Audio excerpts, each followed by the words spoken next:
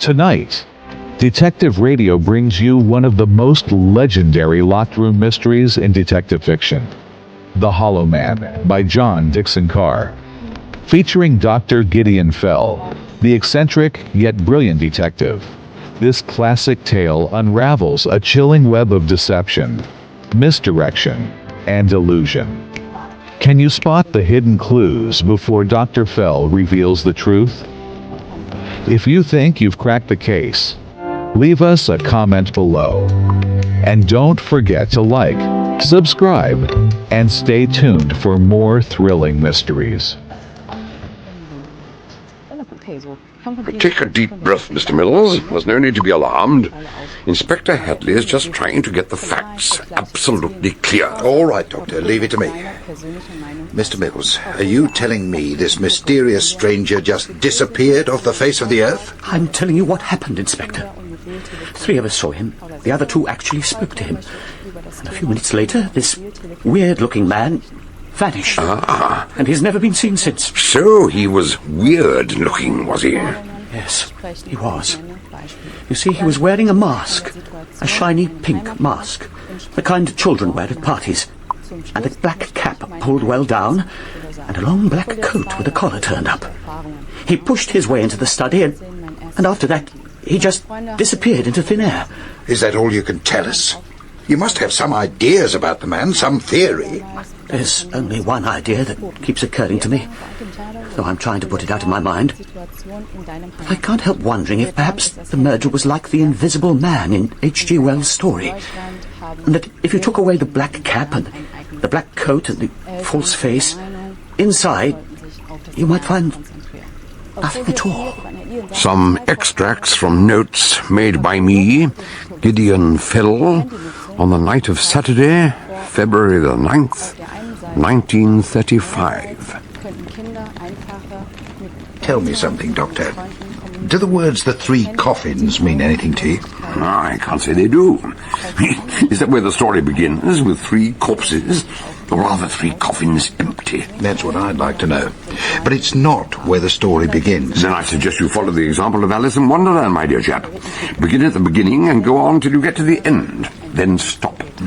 The trouble is, I'm not sure where or when the story began. It could have been a long time ago. But I know where it began for Boyd Mangan, in a little pub just around the corner from the British Museum a week ago. And who is Boyd Mangan? Do I know him? Not yet, but I hope you will.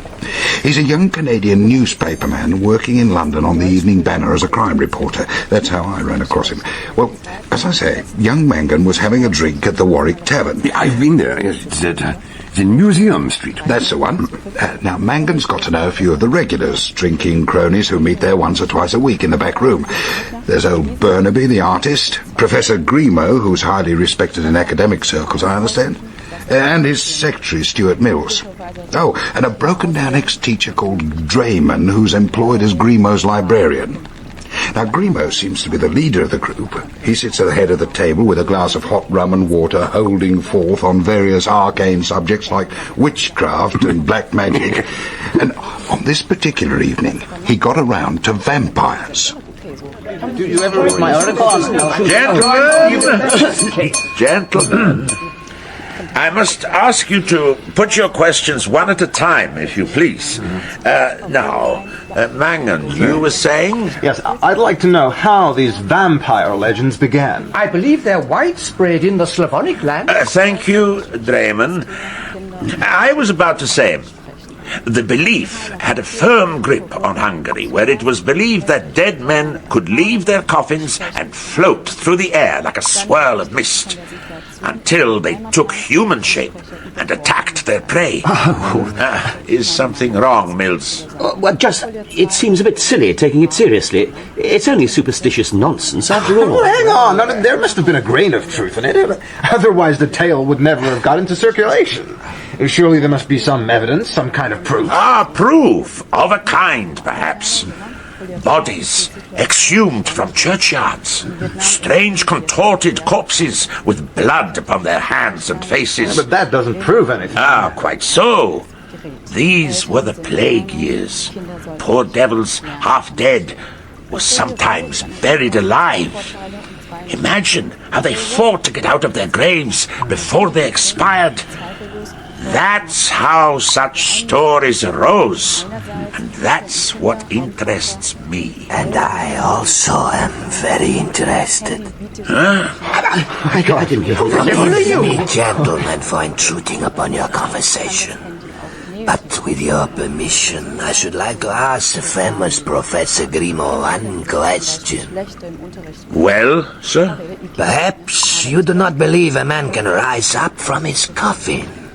That he can move around invisibly, that four walls mean nothing to him, and that he may be as dangerous as any fiend in hell? No, sir, I do not. Do you? Oh, yes. I have done it myself. More than that, I have a brother who can do much more than I, and he is very dangerous. I have no design upon your life, Professor, but he has. And if he should call upon you... But that's enough. Look here, the chap's stark raving mad. Shouldn't we just... No, let him alone. Let him have his say about his brother and his coffin. Not one coffin. 3 coffins. Very well. 3 coffins. As many as you like, for God's sake. And perhaps you'll tell us who you are. Allow me. My card. Thank you. Pierre Flay, illusionist. 2 Cagliostro Street, or care of the Academy Theatre. I thought as much. So you are a conjurer. If you say so. Are we about to witness one of your illusions? Not now. When I associate with my brother, I too am in danger, and my time is short. But I have one more question for you. Very soon, someone will call upon you. Would you rather see me? Or shall I send my brother? I'll send your brother, and be damned to the pair of you. And as Grimaud sprang to his feet and everyone leapt up, the stranger managed to slip away. Although Grimaud swore he wasn't upset, Mangan says he was as white as a sheet. But I suppose he's one of these Bloomsbury types, neurotic, always flying off the handle. Oh, you're wrong there, my dear chap. He isn't. I've met Grimaud once or twice. He's a man of iron. So, what happened next? Well, I gather Grimaud managed to make some sort of joke out of it, and everybody laughed and relaxed. Everyone except Stuart Mills. Mangan said he looked very shaken. And he must have been fairly shaken himself, because next day he decided to go along to the Academy Theatre to have a word with this conjurer chap. The Academy Theatre? I don't think I know it. No, it's a shabby music hall in the East End. He discovered that Pierre Flay shared a dressing room with an acrobat, a man from Dublin, but who calls himself the Great Pagliacci. Well, you see, it looks good on the bills. The real name's O'Rourke. So, what can I do for you, sir? I was hoping to speak to Mr. Flay. Who? Pierre Flay. I thought you shared this room. Oh, him? I never remember them foreign names. Everybody here calls him Looney. Well, you just missed him. He is on in the first half, you see. And as soon as he's done, he packs up and leaves. I'll be seeing him tomorrow. I can give him a message. Well, the fact is, I was hoping to find out a little more about Mr. Flay. What do you know about him? Not a lot, and that's no lie. Nobody knows him. He's not the sociable type. But I'll say this for him. It's a damn good act. I am surprised some West End management hasn't picked him up. What sort of act does he do? Oh, illusions, high-class conjuring. His speciality is vanishing tricks. But he is a cut above the general run. He works without an assistant and packs all his props in a special box he uses, the size and shape of a coffin. Coffin? Yes, he is quite the expert on coffins. One night, I asked him why that was, and he gave me a funny look and says, "There were 3 of us once, buried alive. Only the one escaped." What? Oh, that wasn't the strangest part of it. I says, "Sounds like a narrow squeak. You were lucky to escape." And he laughs and says, "I didn't.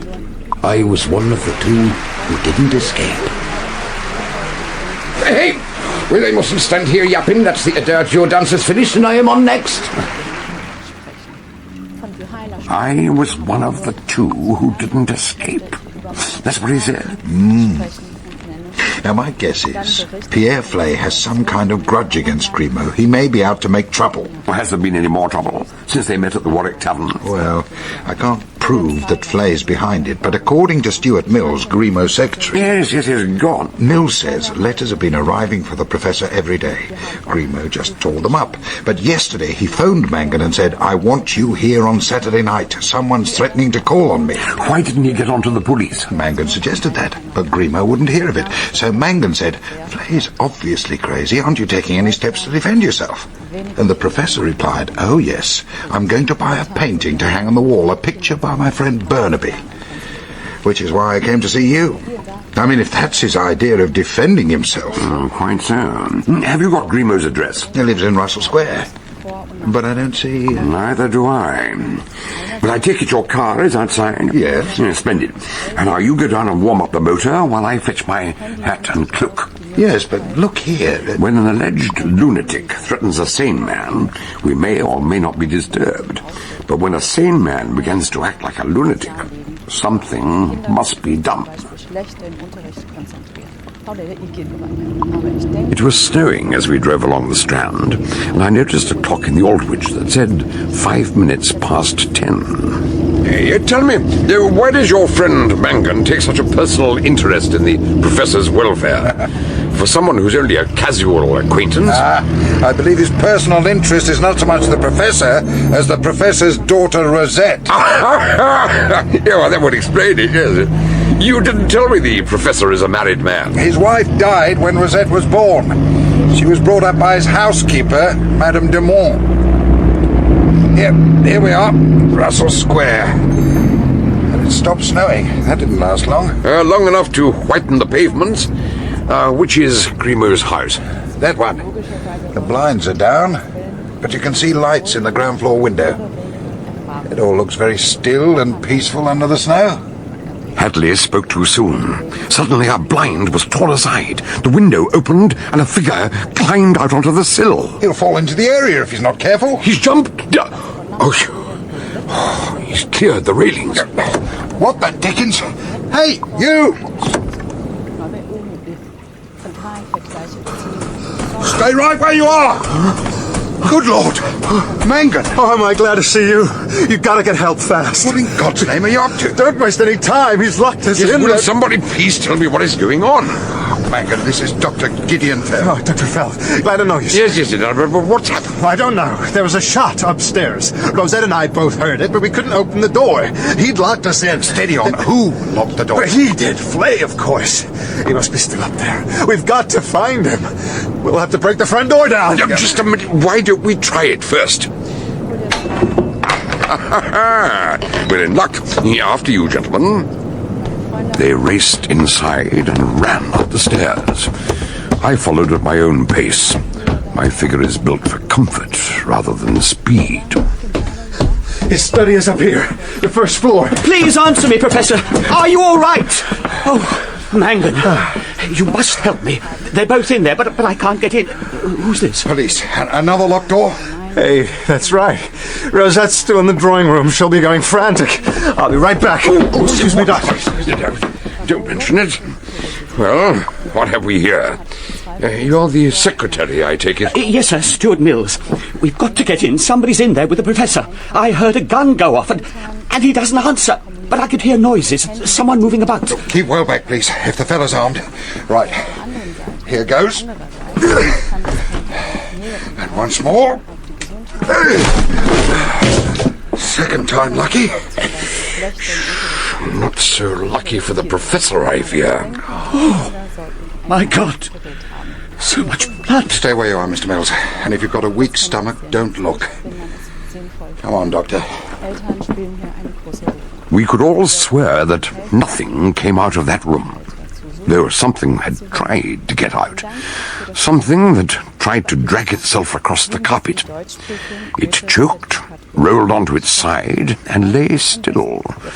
Apart from that, the room was empty. Dead? Dying. See the colour? He's got a bullet through the lung. Mills, call an ambulance. Yes, of course. There's not much hope for him, but he may be able to tell us something before... Dr. Grimo, can you hear me? Who did this? Was it the man Pierre Flay? Not him. Then who was it? Do you know? Rosette's all right. Madame Dumont's looking after her, and... Is he... Shh, I'm trying to hear. Grimo struggled to speak. His lips moved, but his strength was ebbing away, and it was hard to distinguish the words. Then his eyelids closed, and he said no more. He's passed out. Did Mills call the ambulance? Yeah, it's on its way. There's a small hospital not far from here, practically around the corner. Look, isn't there anything we can do for him? Nothing, except get to work. But what's happened to the other man, Flay? Ah, yes, Pierre Flay, who didn't commit the crime. Grimo himself told us that. Then who did? A good question, and I'll add another. Where's the gun that shot him? And while we're about it, where's the knife? Knife? Yeah. The poor devil has a bullet in his chest. I'm talking about the knife which was used to attack this picture. I assume this is the painting that Grimo bought from Burnaby. I guess so. What's it supposed to be? It was a huge canvas, lying on the floor as if it had been pulled down off the wall. A landscape, but no ordinary landscape. A crooked tree and a ghostly range of mountains in the distance. In the foreground were 3 graves, 3 headstones. But now there were half a dozen knife slashes in the canvas, which gave the impression that the graves had begun to heave and crack open, as if they were about to give up their dead. Which leaves us with a criminal assault. No gun, no knife, and no criminal. He must have done what I did. Climbed out of one of the windows. On the first floor and closed it carefully after him? He must also have been lighter than air. If you look down, you'll see the snow on the pavement is completely unmarked. Not a single footprint. Ah, here's the ambulance. 15 minutes later, when Grimo had been rushed off for an emergency operation, and Hadley and I had searched the room thoroughly, we had to admit defeat. Some of the furniture had been moved around.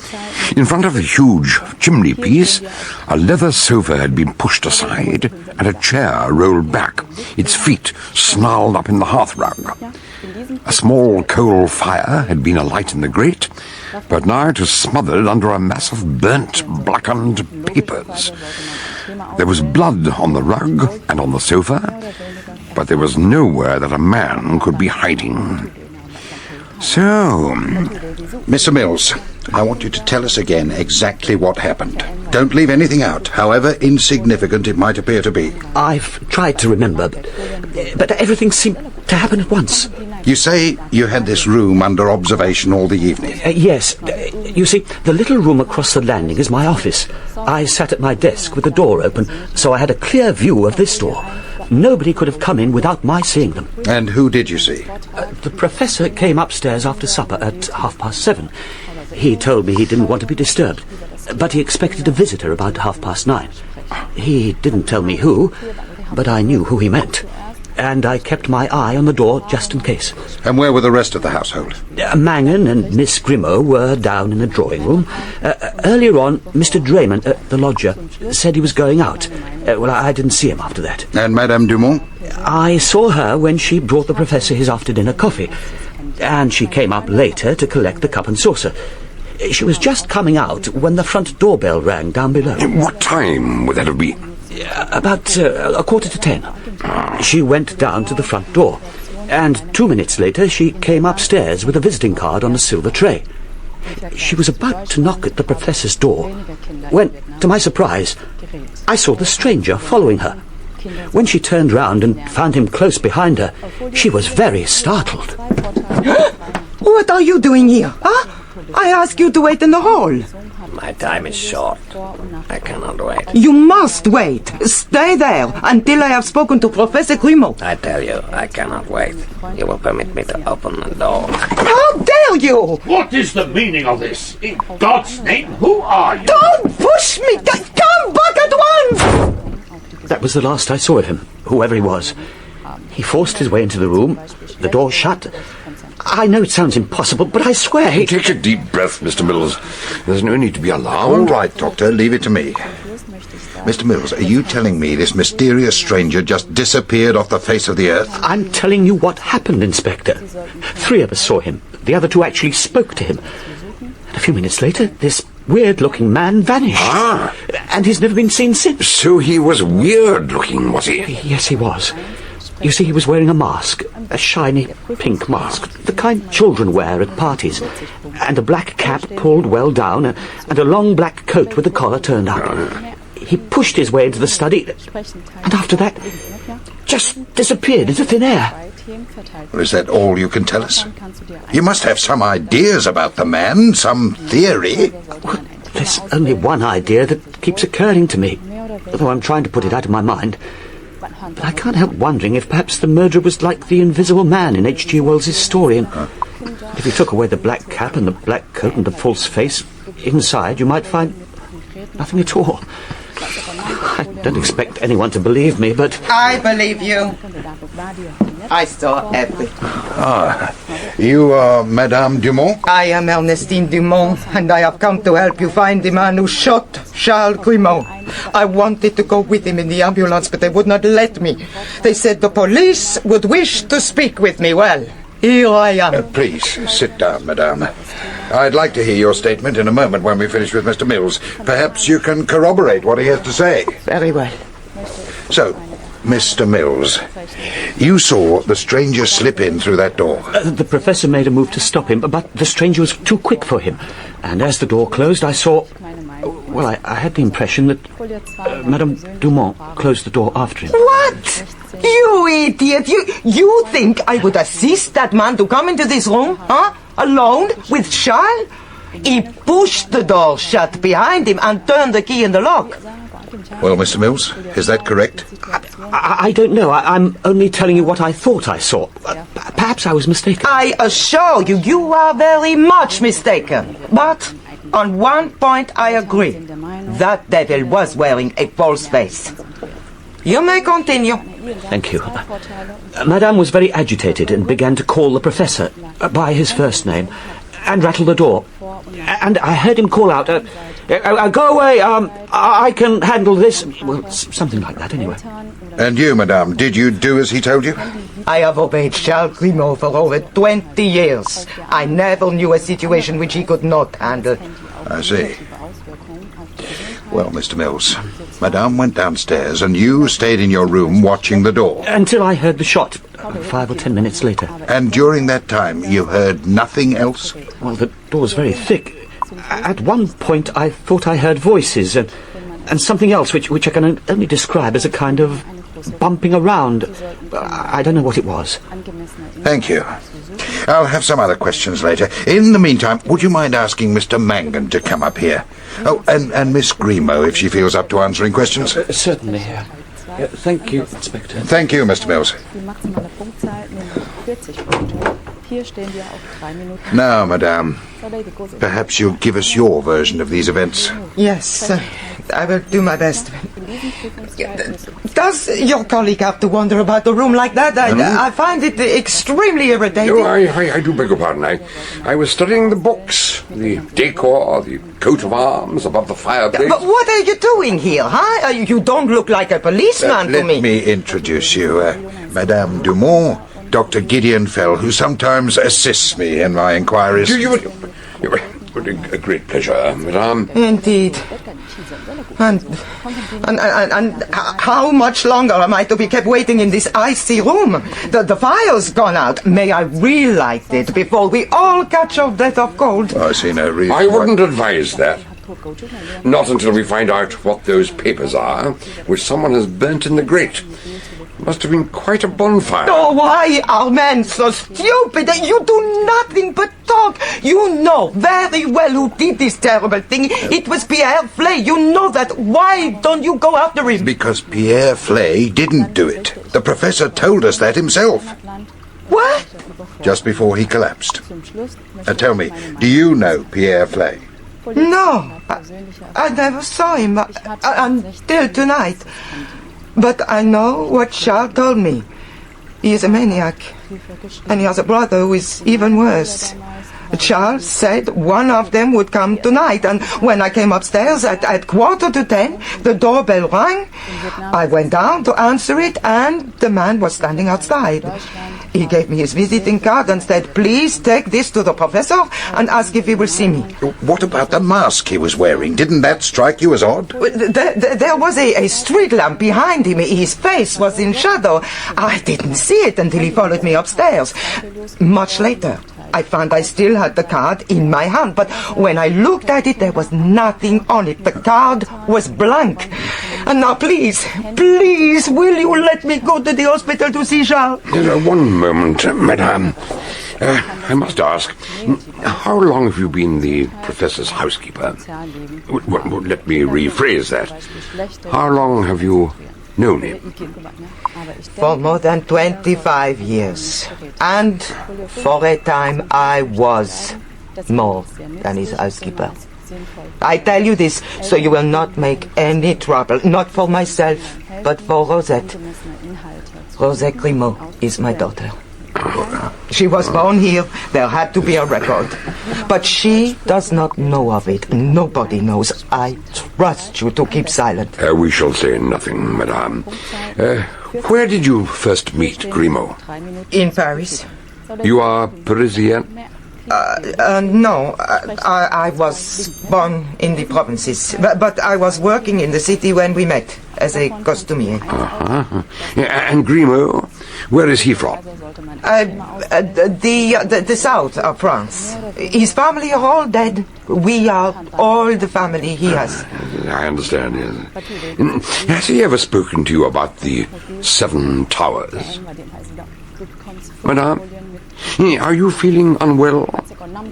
I'm perfectly well. But I don't know what you are talking about. I never heard of 7 Towers. I only wondered. Because of this painting. The mountains in the background, they look rather like castle walls, don't they? A castle with 7 towers. Do you know why the professor bought this picture? I know nothing about it. Charles would not tell me why he bought it. Why don't you ask Burnaby? He painted it. He ought to know. But the painting means nothing. It looks like the picture of a country that does not exist. Yeah, I fear you may be right. And if 3 people were buried in a country that does not exist, it might be difficult to find them. I won't stay and listen to any more of this nonsense. Are you all crazy, huh? If someone tried to kill Charles, what would they do? He would not put on a mask like children on bonfire night. He would not hand in a blank visiting card, go upstairs, vanish through the window. You sit here talking nonsense while my poor Charles is at death's door. Rosé? What is it? What's happened? I've been to the hospital. You must get there as fast as you can, Aunt Ernestine. They say it won't be long now. As soon as the 2 women had gone, Hadley made some phone calls. He sent a policeman to Cagliostro Street to pick up Pierre Flay. He called in forensic experts and photographers to go over Grimaud's room, looking for footprints, fingerprints, clues of any kind. And he had all the charred papers in the grate taken away to be examined. Then he remembered something I'd said. I think it's time to compare notes, Doctor. Now tell me about those 7 towers and the country that never existed. Let's leave that for a moment. Now, where's your friend Mangan? I think he was talking to Mills just now. Splendid. Let's have him in. I think he may be able to help us. Well, if you say so. Ah, Mangan, a word with you, please. Oh, how he's going to help us. Mangan was in here when the professor passed out. I want to ask him if... Yes, what is it? Come in. And shut the door. Sure. What can I do for you? This may be nothing, or it may be the most important clue of all. I'm talking about those faint mutterings we heard from Grimaud just before he lost consciousness. The inspector asked if Flay had shot him, and he said no. Right. So I asked him who did it. Exactly. And what did he say? I want you both to tell me exactly what you thought you heard. Well, the first word sounded to me like hover, and then something about a bath. Then he said something that sounded like not suicide, and something about got gun. You heard some of it, but not in the right order. Oh? After the word bath, I heard him say salt and wine. I heard got gun, and last of all, don't blame poor... Don't blame poor who? I don't know. That's when he passed out. Hover, bath, salt, wine, not suicide, got gun, don't blame poor... Let's try to work out what happened in here after the shot was fired. There are signs of a struggle, bloodstains on the sofa and the rug. The fireplace seems to be the center of activity. Maybe the stranger escaped through the chimney. No, I looked up. It starts off wide enough, then the flue becomes so narrow you could barely get your fist through. But think about those charred papers and the behavior of Madame Dumont. From the moment she walked in, she kept looking at that grate. When I went to investigate, she became almost hysterical. She even asked us to light the fire. She wanted to make sure that those papers were completely destroyed. So she knew what was going on. After he was shot, Grimaud went to desperate lengths to destroy evidence of some sort. She knew that. It was a secret they shared. Yeah, what kind of secret? I can only tell you part of it. For a start, neither Grimaud nor Dumont is French. What? They are Hungarian. I recognize the coat of arms on the chimney breast, and I found several books in Hungarian on the shelves. Some with Grimaud's real name on the flyleaf. Karoli, the Hungarian version of Charles. Karoli Grimaud Horváth. Well, he tried to tell us his name. Hoverbath. I think he came from Transylvania, a part of Hungary, later annexed by Russia.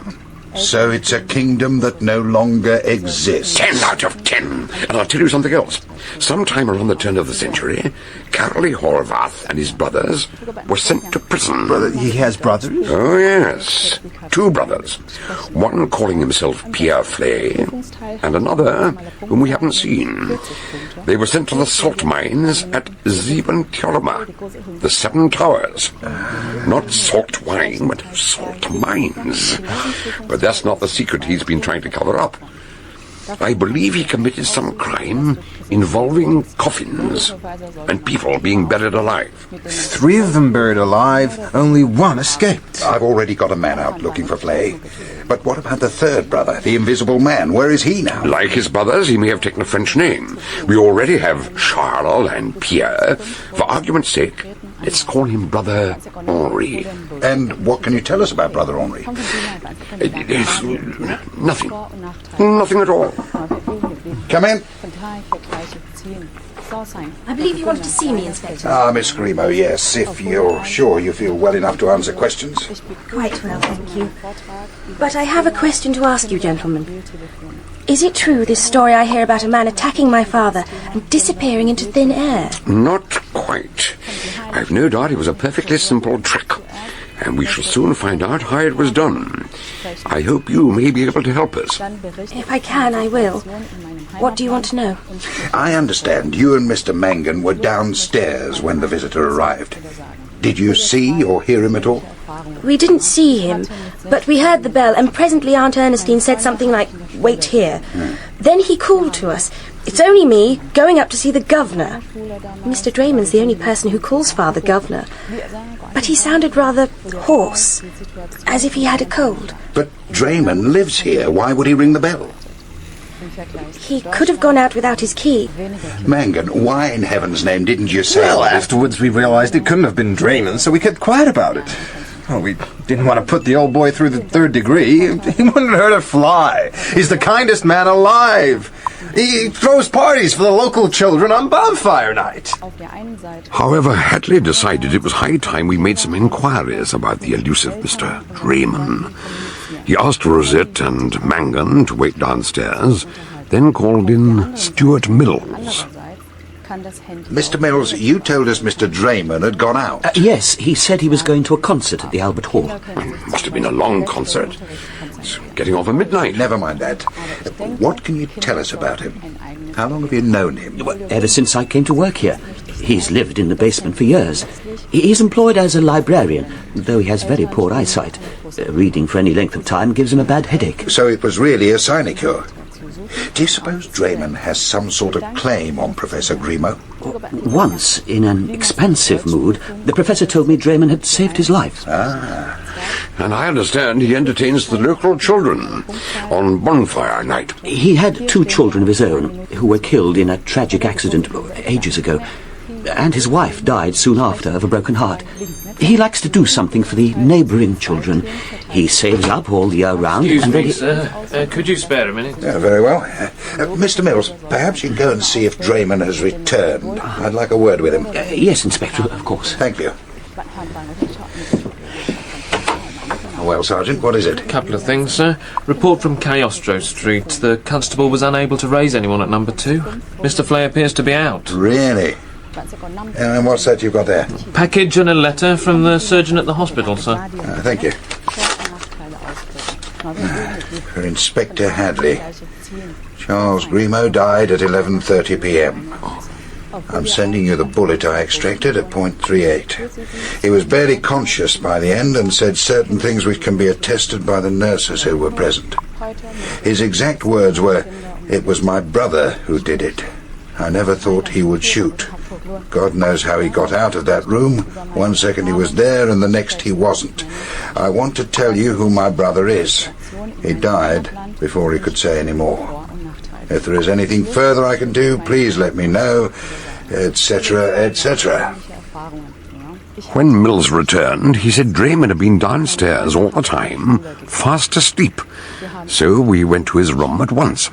Mr. Drayman, I'm Inspector Hadley, and this is Dr. Gideon Fell. Oh, how do you... I beg your pardon. I'm afraid I'm not quite awake. We were told you'd gone to a concert. I meant to, but then I had a very bad headache, so I took a sleeping pill and lay down. The next thing I knew was Mills waking me up and telling me about the professor. You see... Professor Grimo is dead. God rest his soul. Charles Grimo was a very good friend to me. I wish there was something I could do. There is. Tell us, where and when did you first meet? Oh, it must have been about 1905 in Paris. I was at the university. Earlier than that, I think. You helped him escape from the Siventurova prison in Carpathia, didn't you? How did you know? Tell us the truth about Karoli Orvas and his brothers. We believe one of them killed him. Oh, no, that's impossible. He and his brothers were imprisoned for some political offence, but the other 2 died there of bubonic plague. You must tell us everything you know. One day, in 1901, I was travelling through Carpathia on horseback. The wind was howling, and then I came upon 3 graves, newly dug. Very like the scene in Burnaby's painting. Mountains and 3 headstones. I never told Burnaby any of this. There were no headstones on those graves, just 3 crosses made of sticks, and the wind blowing. Suddenly, my horse saw the graves and reared up in terror. And I saw it too. One of those mounds of earth was heaving, slithering. Suddenly I heard something breaking open. A dark, mud-coloured thing fumbling into the light. The groping fingers of a hand. A man trying to struggle free. So I went to help him. Dear God. He told me not to be alarmed. He swore he was not dying of the plague. He was a political prisoner making his escape.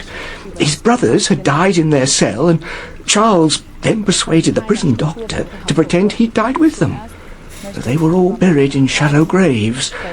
But the doctor smuggled a pair of wire cutters into his coffin. As long as he kept his nerve and didn't use up too much air, he could force open the lid and push his way up through the loose earth. But even so, how could he Well, possibly... he had some money hidden away in his village. There were no passports in those days. We travelled to Paris, where there was a girl. I think we know who she was. Yes, we don't want to rake up old scandals. The professor made me swear never to tell this story. But now, I suppose it doesn't matter.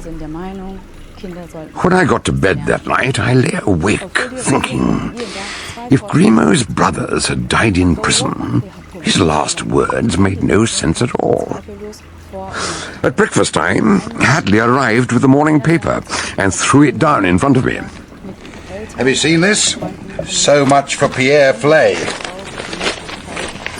Magician murdered by magic. Riddle of Cagliostro Street. The second bullet is for you. What is all this? I let the papers make a splash so we could appeal for information. I'll read it while you eat your toast, though I warn you, it may spoil your appetite.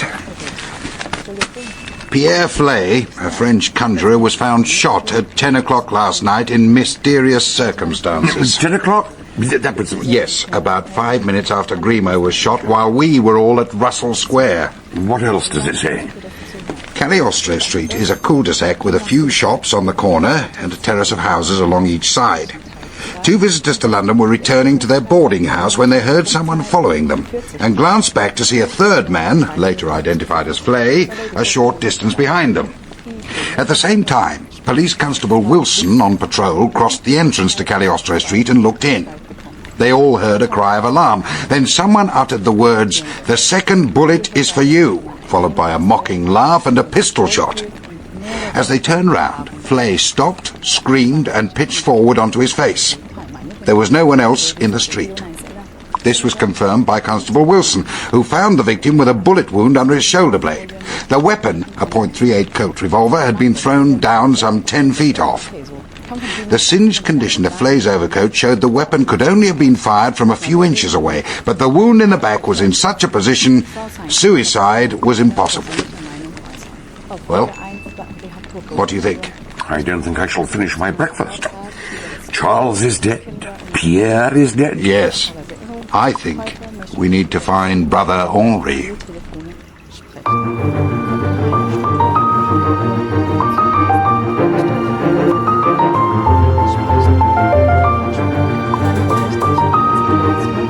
Notes made by me, Gideon Fell, concerning the murder of Professor Grimaud, a Hungarian expatriate living in London. On Saturday night, February the 9th, 1935, Grimaud was shot by an unknown visitor wearing a paper mask in his own study behind a locked door. When Inspector Hadley forced the door open, he found Grimaud in a pool of blood, but the visitor had vanished into thin air. 35 years earlier, Grimaud and his 2 brothers had been imprisoned in Hungary. Grimaud was bedded alive in a shallow grave, from which he managed to escape. But it was thought that his brothers, buried in similar graves, were already dead. Now it seemed that one brother had returned under the name of Pierre Flay. He was a music hall conjurer, and by means of a stage illusion, or perhaps black magic, he had killed Charles Grimaud. Next morning, Hadley interrupted my breakfast to bring me the Sunday papers. Magician murdered by magic. Riddle of Cagliostro Street. What is all this? I'll read it while you eat your toast. Pierre Flay was found shot at 10 o'clock last night in mysterious circumstances. 10 o'clock? With that? Yes, about 5 minutes after Grimaud was shot while we were all at Russell Square. What else did it say? Cagliostro Street is a cul-de-sac with a few shops on the corner and a terrace of houses along each side. 2 visitors to London were returning to their boarding house when they heard someone following them and glanced back to see a third man, later identified as Flay, a short distance behind them. At the same time, Police Constable Wilson, on patrol, crossed the entrance to Cagliostro Street and looked in. They all heard a cry of alarm, then someone uttered the words, "The second bullet is for you," followed by a mocking laugh and a pistol shot.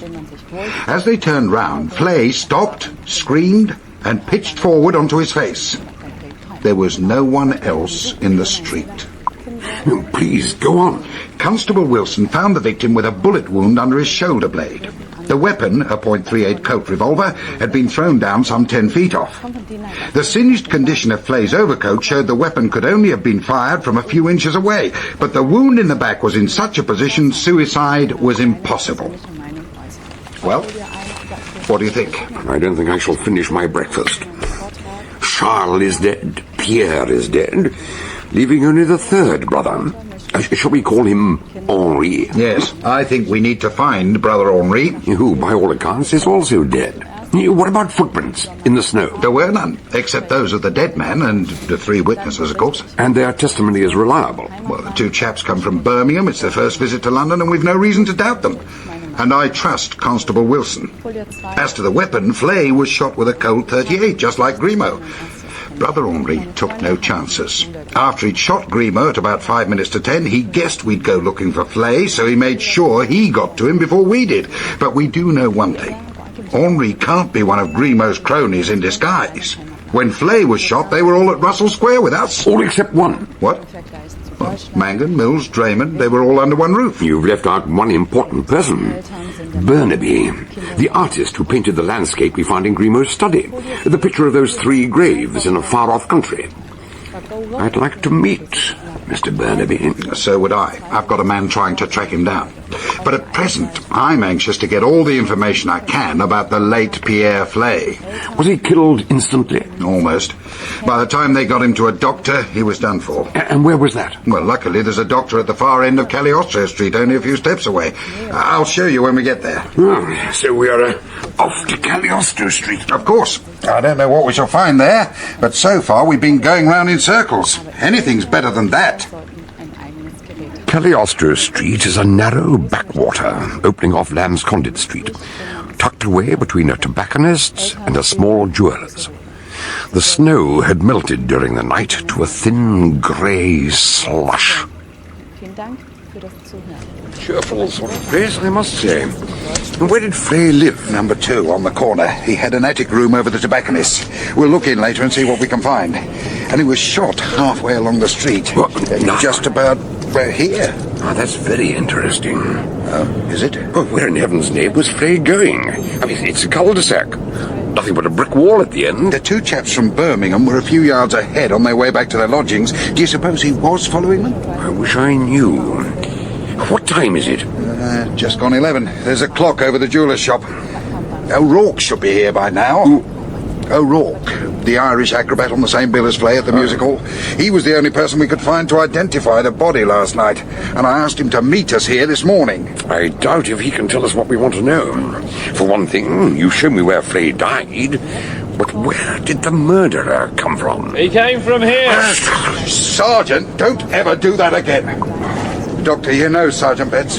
Yes. Good morning, Sergeant. Morning, sir. Sorry if I startled you. I was in number 18 in the doorway. And what were you doing there? Making a few inquiries, along with Mr. O'Rourke. Here he comes. Oh, pleased to meet you, gentlemen. O'Rourke, the name Michael O'Rourke, also known as the Great Pagliacci. So sorry to hear about Mr. Flay. When did you see him last? Last night. When he'd finished his act and took off his grease paint, he started packing up his paraphernalia. Hey, what are you doing with all your props? Sure they have never given you the push, have they? No, but I won't be here next week. My work here is over. Tonight I go to meet my brother. He can do something which will settle some unfinished business for both of us. Sure, I don't know what you're talking about. It is not important, except if anything goes wrong tonight, you will find my brother in Cagliostro Street. Cagliostro? Isn't that where your digs are? He is not at my address. He lives elsewhere, but he must have taken a room there. If anything should happen to me, you will know where to find him. Good night, my friend. Hey, no, wait a bit. Where are you going? I am going back to my grave. I'm sure that was the last time I set eyes on him, till I saw him laid out on a slab. God rest him. Well, that must be where he was going last night, to call on his brother. Acting on Miss O'Rourke's information, I inquired around the houses here and discovered a single gentleman has been renting a small apartment lately on the first floor of number 18. Good work, Sergeant. Have you searched the place? I took a look around and found some traces of bloodstains. Well, what are we waiting for? Let's go. Through here, gentlemen, in the bedroom. Hello, what's all this? By Jiminy, it looks like Ali Baba and the 40 Thieves. Oh, the Arabian Nights.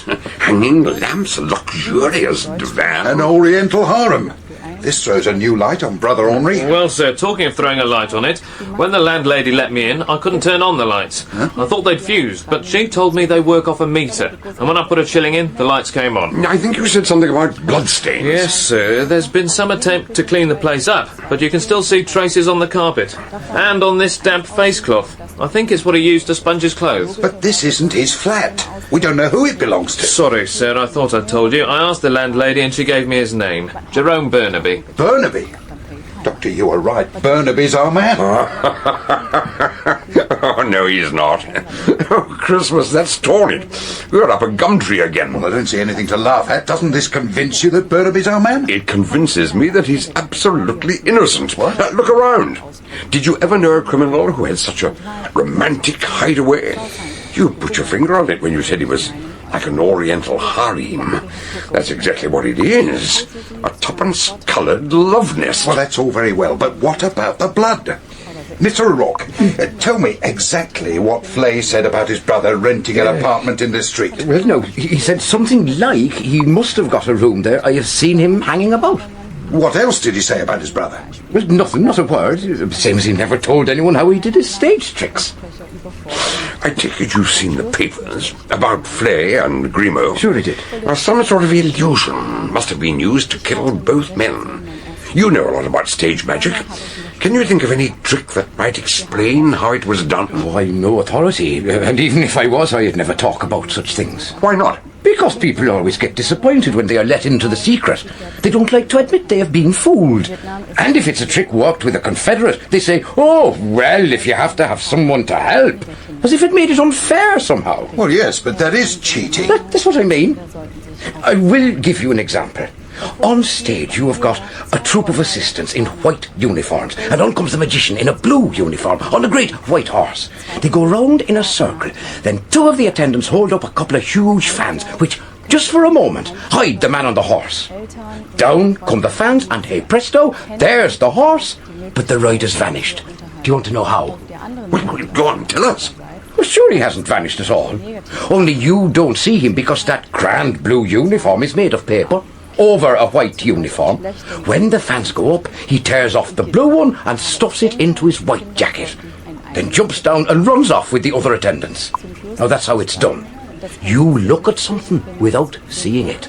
And so you swear it wasn't there. Yes, well, that's all very interesting, but it doesn't solve our problem. What's bothered me all along is why Flay sent his brother to do his dirty work. Flay was the conjurer. Flay was the man to do it, but he didn't. Keep quiet, all of you. There are two people approaching the house. A tall man, who might be Burnaby, and a young lady, Rosette Grimaud. Sergeant, put the lights out. O'Rourke, nip down and keep that landlady talking until our visitors have let themselves in. Sure, I'll do my best. What did you think of O'Rourke? I think he's the most stimulating, enlightening witness I've heard yet. Almost as enlightening as the church bells. Church bells? What church bells? Oh, any church bells. The thought of those bells has brought me light and wisdom at last. Oh, yes. And did they tell you how the vanishing trick was done? Unfortunately, no. They only told me the name of the murderer. The name of the... Here they come. You mean you lost the key I gave you? You didn't come here last night after all. I never had any intention of coming here.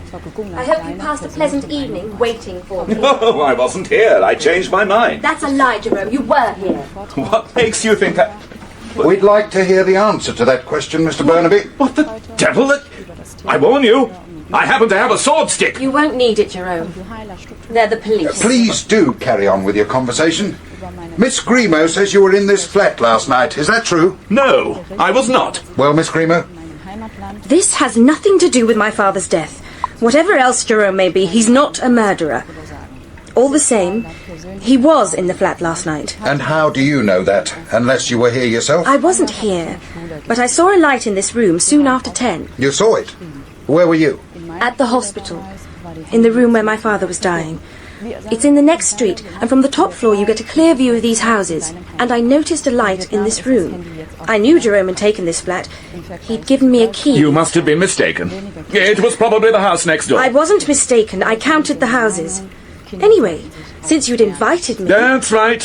Lay it on with a trowel, blacken my reputation. I came here today because I wanted to find out the truth once and for all. I can't decide whether you're really a nice, sympathetic person, or just Oh, for heaven's sake, don't call me a dear old friend of the family. I was about to say, or just a sordid, low-down blackmailer. Blackmail? I must ask you to explain that. Oh, I don't mean blackmail for money.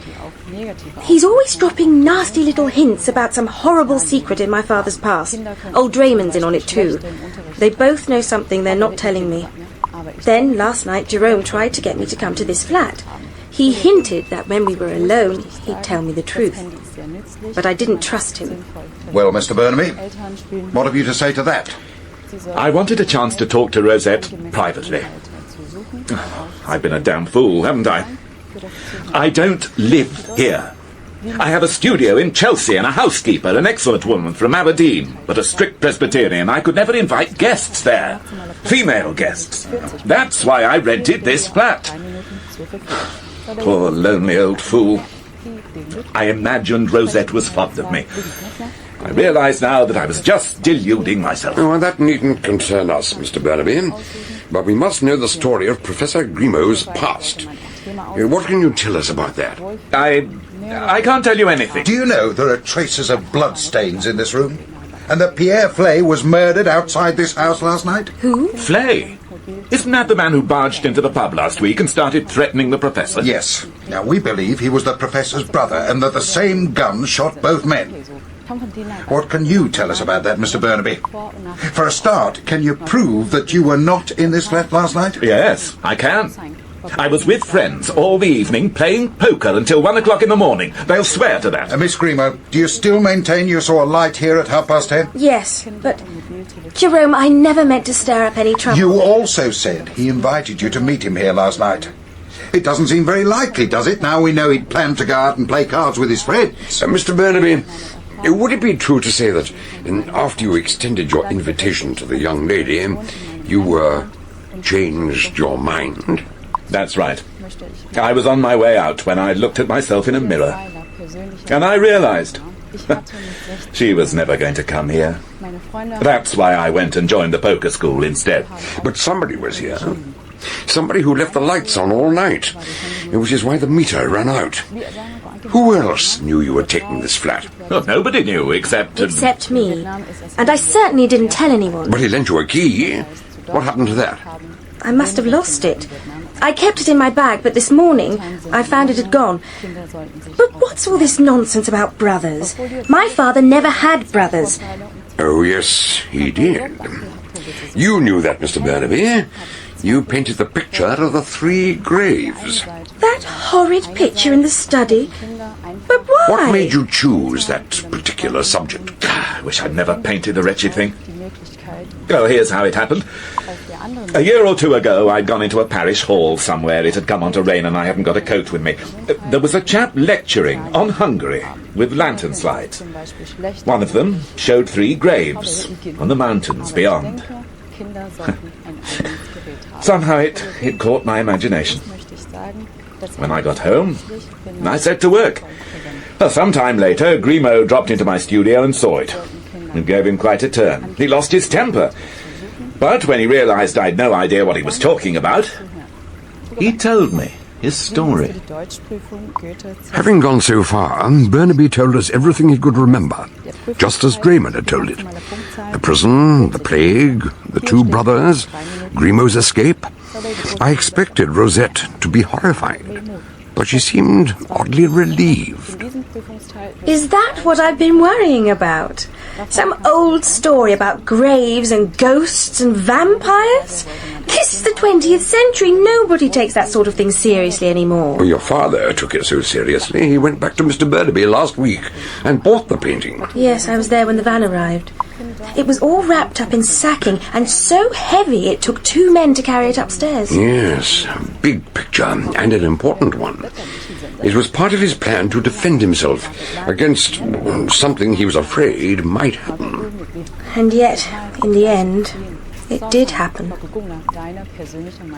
Hadley sent the girl back to Russell Square with Sergeant Betts, while we continued our investigation in Pierre Flay's bed-sitting room above the tobacconist shop.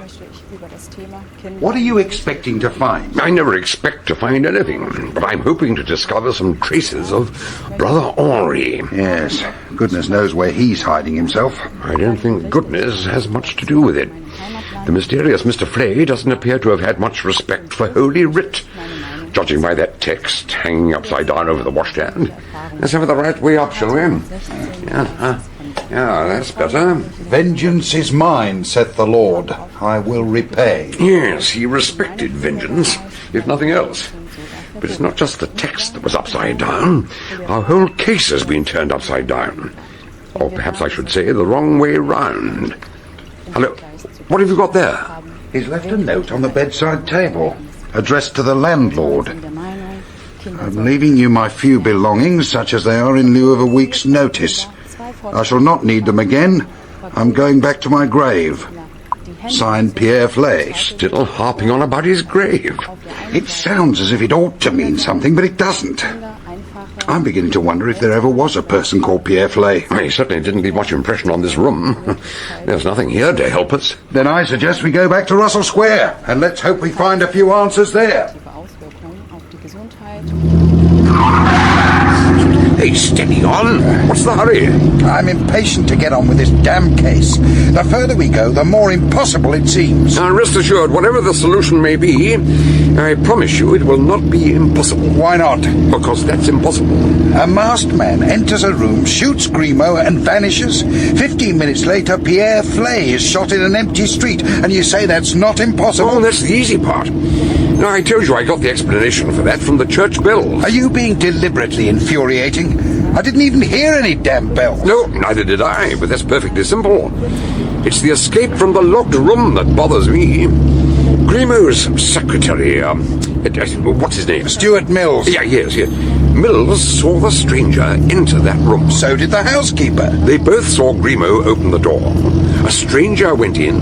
The door was locked. Sometime later, a shot rang out. They're both prepared to swear that nobody came out again. And yet... When I broke the door down, Grimaud was alone in there, dying. Look here, you don't suppose it was some kind of optical illusion, do you? No, Mills said that the housekeeper spoke to him. And he pushed past her when he went in. Oh, no, he was solid enough. And there was no illusion about the bullet that killed Grimaud. But what became of the gun? Are you telling me it was somehow whisked up the chimney and over the rooftops to land in Cagliostro Street just in time to shoot Flay? Up the chimney? I wonder. Look here. If you're suggesting the stranger climbed up the chimney... Oh, no, nothing like that. No, but I'd like to take another look at that chimney. Well, now's your chance. Here's Russell Square, so you could... Hey, look at that. An ambulance. Outside Grimaud's house. Come on. And the front door's open. Don't tell me someone else has... Oh, thank goodness you're here. Mangan, what is it? Something's happened to Drayman. Kind of stroke, apparently. He's not... No, but he's in a bad way. The ambulance men are with him now. Another casualty. Yes, old Drayman. He's been talking wildly about somebody getting into his room. Something about fireworks. Let's go. Boyd Mangan, the Canadian journalist and close friend of Rosette Grimaud, took us into the drawing room where we found the young lady with Stuart Mills and Madame Dumont who sat by the fire, staring into the flames. Where is Mr. Draymond? Downstairs, in his room. You cannot see him. They will take him to the hospital. I can't stand it! Inspector, what is going on? For pity's sake, you must tell us something! Take it easy, sweetheart. Suppose you start by telling us what happened to Mr. Draymond. Is he in any serious danger? It is possible. He collapsed. His heart is not strong. Whether he will ever recover, I do not know. Mr. Mills, you were about to say something? Well, if you have any idea that there's been foul play, you can put that right out of your mind. When it happened, Madame Dumont and I were upstairs in my office. Miss Grimaud and Mr. Mangan were here, in the drawing room. That's right. We were on our own when old Draymond came in. Forgive the intrusion. Can you tell me where I can find the inspector? What's his name? Inspector Hadley. Why, what's wrong? It's rather difficult to explain, but... Well, you see, something's missing from my bedroom down in the basement. I found it had disappeared, and then I remembered something that happened last night, something I'd forgotten. I'd taken a sleeping pill because I had a bad headache, and while I was asleep, I'm pretty sure someone came into my room. Oh, who was it? I'm not sure. It may not have happened. I might have dreamt it, but there's certainly something missing. I must go upstairs and make sure. I thought you said this happened downstairs. Yes, but it might be upstairs. I must find out. I think I can continue the story from that point. Madame Dumont and I were in my office across the landing when Draymond came stumbling up the stairs. He seemed very confused. I thought perhaps he'd been drinking. How dare you say such things? I know you do not like poor Draymond, but he is a good man. And if he dies, I shall pray for his soul. May I have your permission to continue? Yes, you may have my permission. Thank you. Anyway, Draymond came upstairs and went into the professor's study. He closed the door. I couldn't see what he was doing. When he reappeared, he was dishevelled and breathless, as if he'd been taking violent exercise. Possibly that was what brought on the subsequent attack. And his hands and sleeves were covered in soot. That damn chimney again. Dr. Fell, did you... Where is he? No, he slipped out a few minutes ago. I think he went upstairs. Did he indeed? Excuse me, I'll just go and have a word with him. Doctor? Who's that? Oh, Hadley. So you came to have another look round? Yes. Yes, I did. And did you find anything? Well, in a way, I think I did. I think I know the truth now, but the trouble is, I don't know what to do about it. I don't understand. Oh, it's the old question. And with each year that passes, I find it harder to answer. What is justice? I ask myself at the end of almost every case. Yes, well, shall we go downstairs? No, wait a bit. Mills says when Draymond came out of this room, his hands were covered in soot. Could there be some kind of secret passage? Good heavens, no, nothing like that. No, I told you, nobody got out that way. Excuse me, sir. Come in, Bits. What is it? This message just came over from Scotland Yard in reply to your inquiry. I got the yard to put a call through to Bucharest to check on Brother Henri. Thank you, Bits. Let's have a look. Dear God. Well, what is it? You were right when you said our case has been turned upside down. We're on the wrong track altogether. As to Brother Henri... I think I can guess what you're going to say. There is no Brother Henri. The third brother died over 30 years ago. They weren't political prisoners. They were sentenced to 20 years for bank robbery. The loot was never recovered. With the help of a corrupt doctor, they made an attempt to escape, being certified as dead and buried in plague ground. When Karoli Horvath's grave was found to be disturbed and his coffin empty, the warders opened the other graves, finding Pierre Horvath unconscious but still alive. He was returned to prison and served out the rest of his sentence. And the third brother? Suffocated inside his coffin. We've been chasing a ghost. Yes, I was afraid of that. But it makes no sense.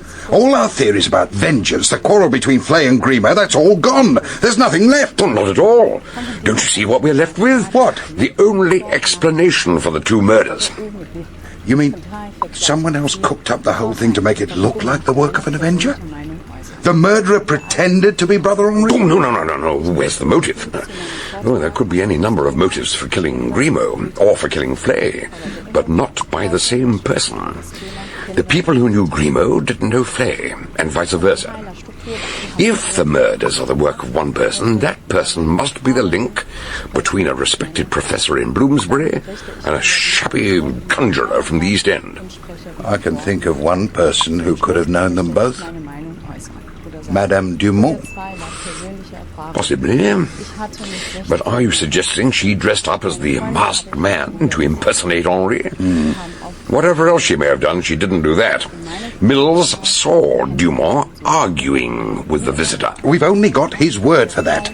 Damn it, a lot of our case depends on the evidence of Mills and Dumont. They could be in this together. No, don't forget, that woman loved Grimaud. She loved him for 30 years or more.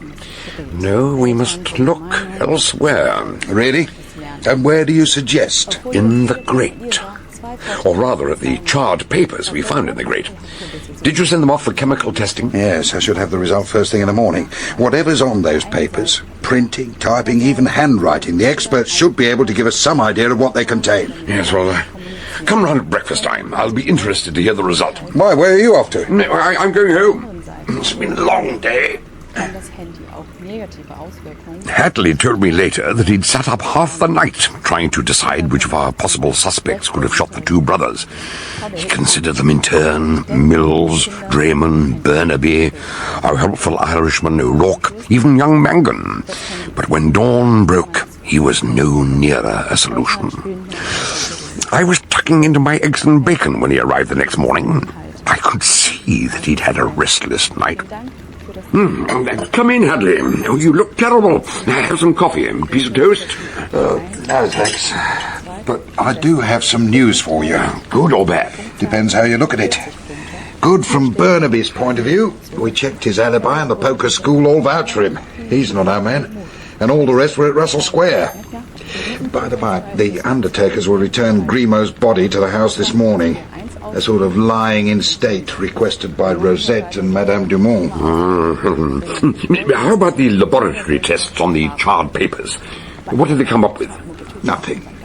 There was nothing on those papers. No printing, no writing, nothing at all.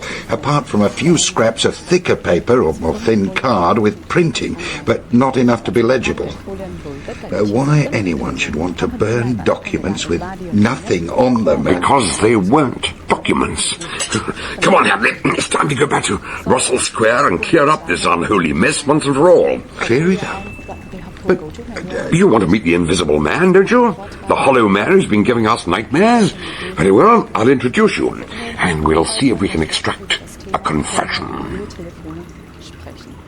All the blinds were drawn at the house in Russell Square. It looked more dead than ever. Hadley rang the bell, and after a moment, Mills answered the door. Oh, Inspector. Good morning, Mr. Mills. May we come in? Yes, of course. Good morning, Dr. Fell. Good morning. I'd like to see Madame Dumont. Where is she? She's in the drawing room with the... You know. Yes, we do know. The room was in a dim half-light, lost in shadows, apart from one object that dominated. Ringed with burning candles, an open coffin, lined with white satin. Grimaud's face had an oddly serene appearance, as if he had reached a kind of peace at last. But the woman turned on us fiercely. Well, what do you want? I think you know. And it will do you good to confess, madame. Believe me. Confess? So, that is what you think, huh? You idiots. You want me to confess to murder? No, you were not the murderer. But you were the accessory, the confederate. To a murderer? To a hollow man? A hollow man, indeed. But he told us the truth, Hadley, and we didn't understand it. Do you want to meet the man we've been searching for? There he is. Though God forbid that we should judge him now. You know. Do you really know? Oh, yes. I know. Please, go upstairs. Go to his room. I will join you both in a moment. Do not worry. I shall not run away. We entered Grimaud's study for the last time. Hadley made sure the door was closed, then turned to me for an explanation. Are you trying to tell me Grimaud killed Flay? Oh, yes, he did. While he was unconscious, dying in that hospital, he went to Cagliostro Street and shot... No, that's what I meant when I said the case was the wrong way round. Yesterday morning, when we went to Cagliostro Street, we were told that 3 witnesses, all truthful men, had said that the shooting happened at 10 o'clock. They were sure about that because they'd all seen, as you yourself saw, the clock over the jeweller's shop.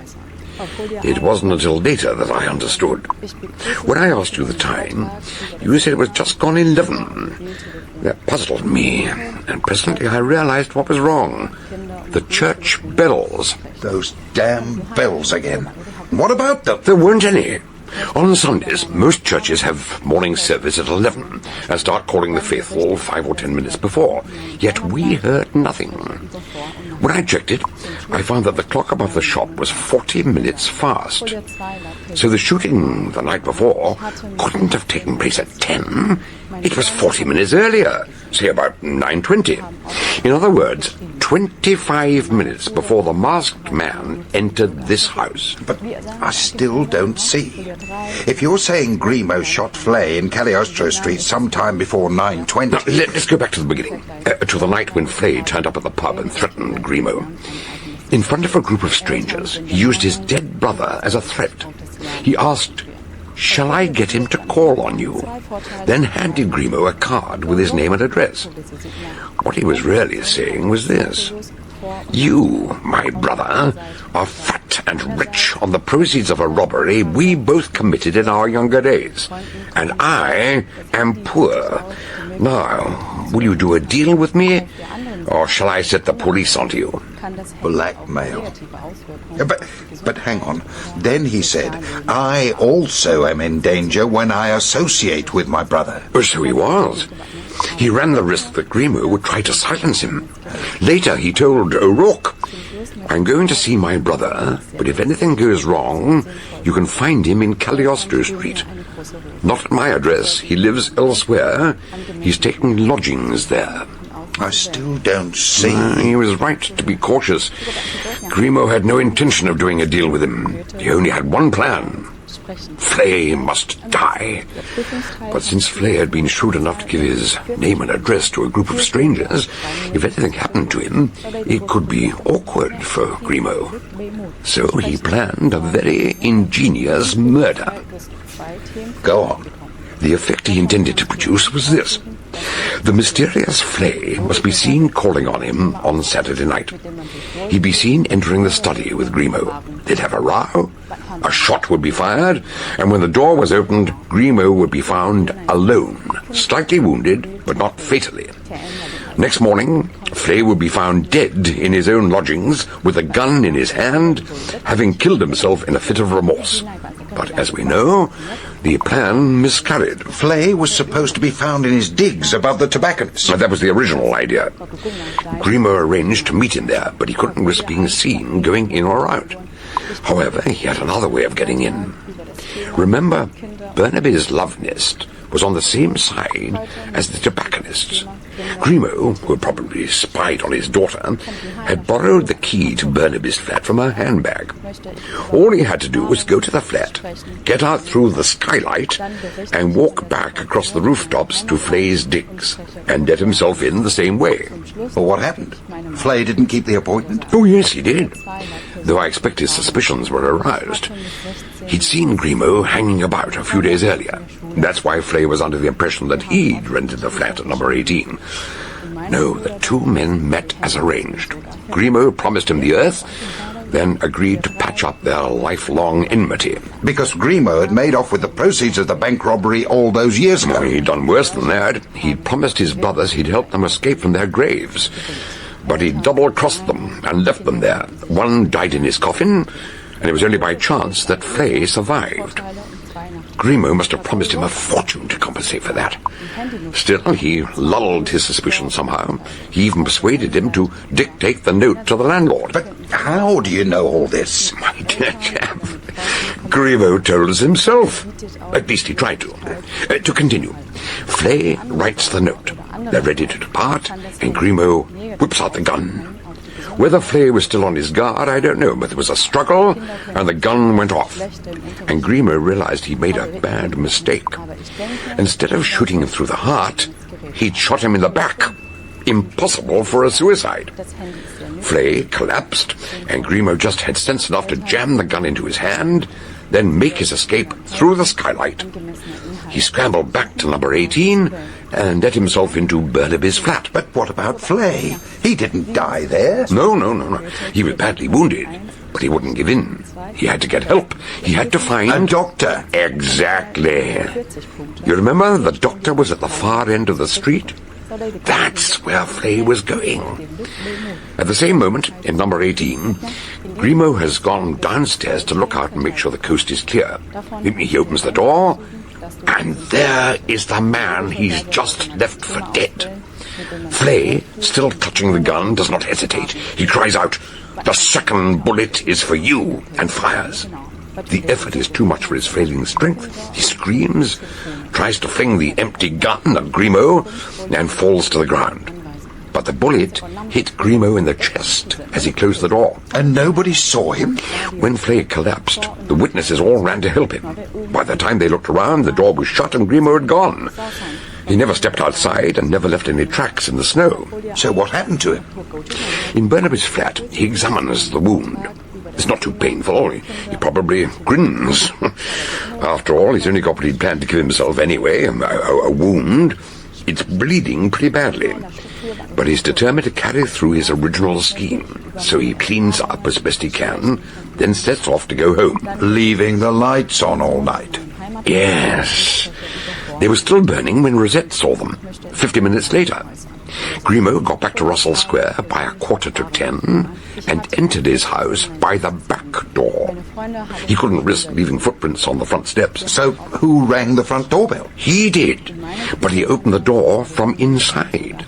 Then he locked Mangan and Rosette in the drawing room and called out to them, pretending to be Drayman. When he was dying, he said to us, "Don't blame poor." He was trying to say Drayman. Then he followed Madame Dumont upstairs. They had to carry out the illusion. Now we're coming to it. How was it done? And how did you work it out? Well, I'd been puzzled by the weight of that picture, Burnaby's painting of the graves. It's big, but a framed canvas isn't that heavy. Yet when it was brought into the house, wrapped up in sacking, it took 2 men to carry it. So it wasn't hard to work out that there must have been something else wrapped up with it. But what would be the same size and shape as a picture, only a damn sight heavier? Tell me. A mirror.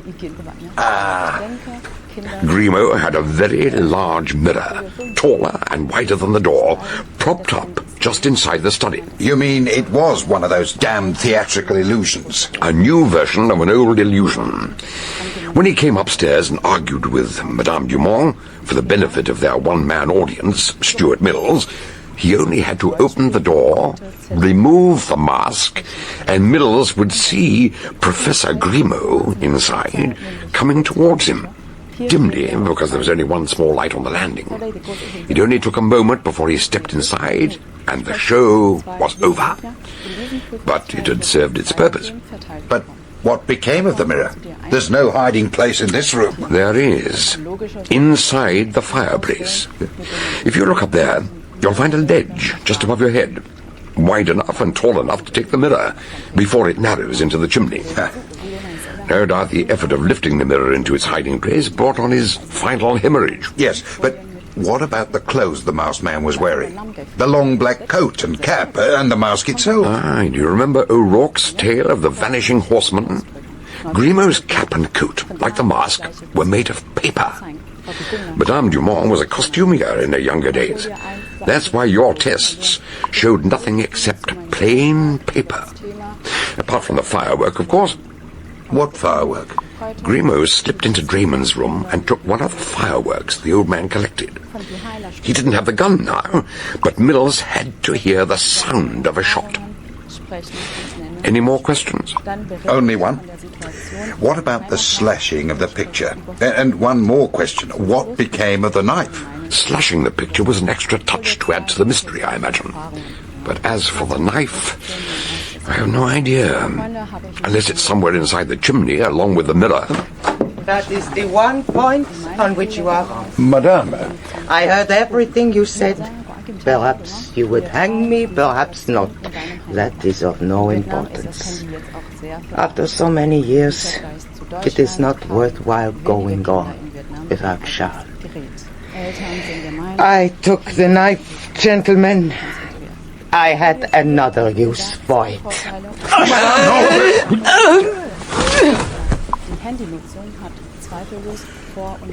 I've done a terrible thing, Hadley. I've told the truth. Thank you for tuning into Detective Radio. We bring you new episodes of mystery, suspense, and thriller stories every week. To keep getting our updates, give us a like and subscribe, and hit the notification bell.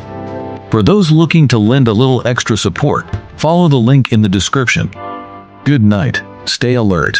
Until the next crime.